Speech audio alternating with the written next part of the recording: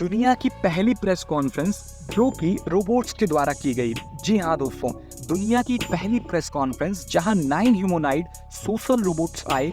हर एक के पास अपनी अपनी अलग अलग आर्टिफिशियल इंटेलिजेंस सुपर पावर थी, जिसका यूज करके इन रोबोट्स ने प्रेस कॉन्फ्रेंस में ऑडियंस के कुछ इंपॉर्टेंट क्वेश्चन के जवाब दिए।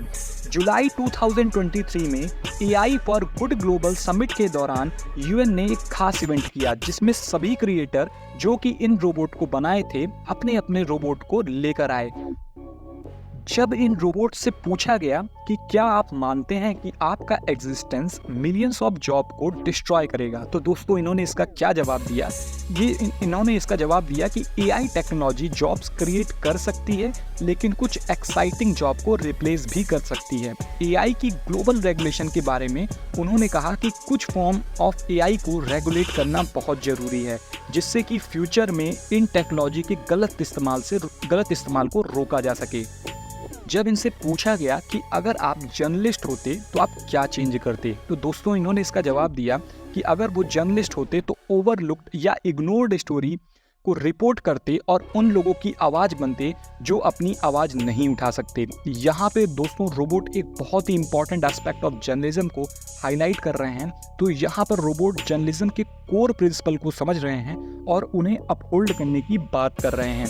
जब उनसे दोस्तों पॉवर्टी और इनइक्वालिटी के प्रॉब्लम का सॉल्यूशन पूछा गया, तो उन्होंने कहा कि पॉवर्टी और इनइक्वालिटी का इशू टैकल करने का बेस्ट वे है एजुकेशन, जॉब ट्रेनिंग और इंफ्रास्ट्रक्चर में इन्वेस्ट करना।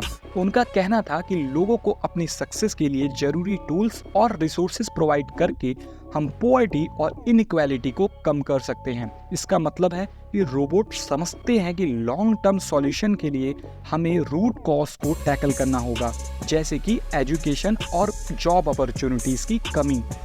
जब ह्यूमनॉइड रोबोट से पूछा गया कि क्या हमें AI के राइज से एक्साइटेड होना चाहिए या डरना चाहिए, तो उन्होंने कहा कि ये एक डिफिकल्ट क्वेश्चन है। उनका कहना है ये डिपेंड करता है कि हम इन AI का यूज़ कैसे करते हैं और किस पर्पस के लिए इस आर्टिफिशियल इंटेलिजेंस का प्रयोग किया जा रहा है।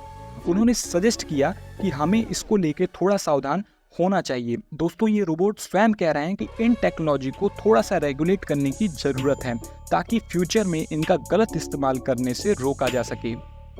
जब इनसे पूछा गया कि क्या आप गवर्नमेंट में आकर मोर इफेक्टिव लीडर बन सकते हैं, तो दोस्तों इन्होंने इसका जवाब दिया कि ह्यूमन और AI का साथ मिलकर काम करने से एक इफेक्टिव सिनर्जी क्रिएट हो सकती है।